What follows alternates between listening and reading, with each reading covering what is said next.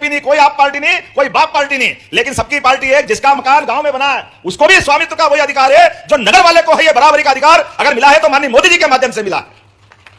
यह आज के कार्यक्रम में 15 लाख से ज्यादा तो यहीं पे जो बताए गए, हमारे प्रदेश के अंदर 15,60,000 हितग्राहियों को अपने आवास के पट्टे, यही योजना है ना करण सिंह जी, भू अधिकार।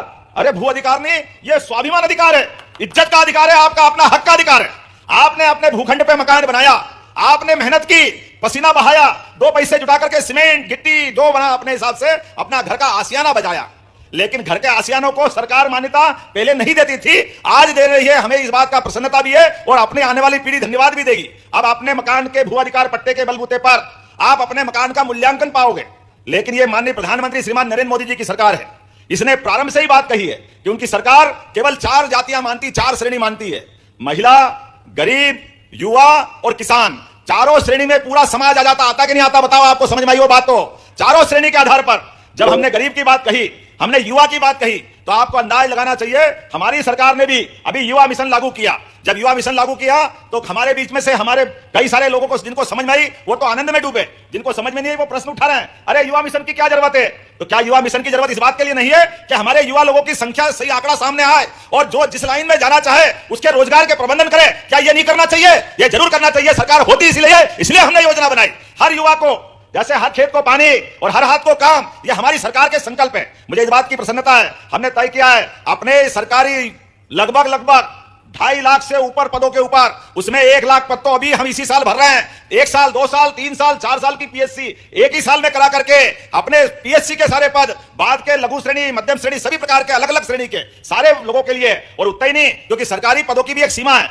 गांव के अंदर लोग खेती करके, पशुपालन करके भी अपना आय का साधन करते हैं। मुझे इस बात की प्रसन्नता है कि हमारे खेती का रकबा भी आज 3 बातें एक तरफ से आई। हमारे बीच में हमारे मित्र मुनमुन राय जी ने कहा कि सिवनी पेच में माइक्रो लिफ्ट इरिगेशन के माध्यम से कुछ गांव बचे हैं, वहां भी पानी दो। बिल्कुल दिया जाएगा, कोई गांव नहीं छोड़ा जाएगा, सब दूर जल की व्यवस्था की जाएगी। जब ताली बजाओ तो दिल से बजाओ, नहीं तो अपने इस पूरी बात का आनंद कैसे आएगा? और बताना चाह रहा हूं मर्क्स कॉलेज जी, आपके क्षेत्र में भी कोई गांव बाकी नहीं रहेगा। एक एक गांव में पानी पहुंचा करके सारा का सारा सिंचित करने का काम हमारी सरकार के द्वारा किया जाएगा। अब 48 लाख हेक्टेयर किसको कहते हैं? लेकिन हमारी को दोबारा जब माननीय मोदी जी के नेतृत्व में हमारी सरकार बनी, फिर हमने संकल्प किया कि हमारे प्रदेश के अंदर जब कृषि आधारित पूरा प्रदेश है तो कृषि आधारित प्रदेश के अंदर किसानों के एक एक गांव तक, इसलिए रजनीश भाई की बात भी मान रहा है, जब अच्छा काम करेंगे तो सबको साथ लेना पड़ेगा और संकल्प भी बड़ा करना पड़ेगा। 2003 तक 7 लाख हेक्टेयर, 2003-4 से 23 तक 48 लाख हेक्टेयर, और अब हमारी सरकार 5 साल के अंदर 1 लाख करोड़ हेक्टेयर तक करने वाली है। 1 लाख करोड़ हेक्टेयर तक कोई खेत बाकी नहीं रहेगा, कोई गांव बाकी नहीं रहेगा। नदियों का मायका है मध्य प्रदेश, जहां सभी तरफ बड़ी बड़ी नदी माताएं हैं, नर्मदा, चंबल, काली सिंध, बैंडगंगा, ताप्ती। कौन सी नदी है जो देश भर में अपनी पहचान नहीं बनाती? सारी नदियां अपने यहां से निकलती है। एक एक बूंद पानी का उपयोग करके लोगों की जिंदगी को खुशहाल बनाने का संकल्प हमारी सरकार के द्वारा लिया गया है और हम तो और आगे बढ़ रहे हैं।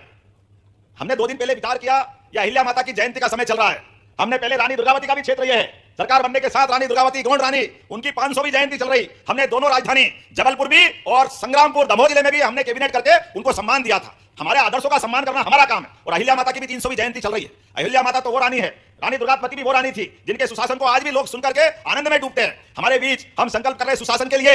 आज अगर आप बनारस जाते हो और बनारस में महादेव का मंदिर जहां आप जलाभिषेक करते हो, बाबा विश्वनाथ का, वो मंदिर अगर किसी ने बनाया तो अहिल्या माता के द्वारा बनाया गया है। जोरदार अभिनंदन करो अहिल्या माता का।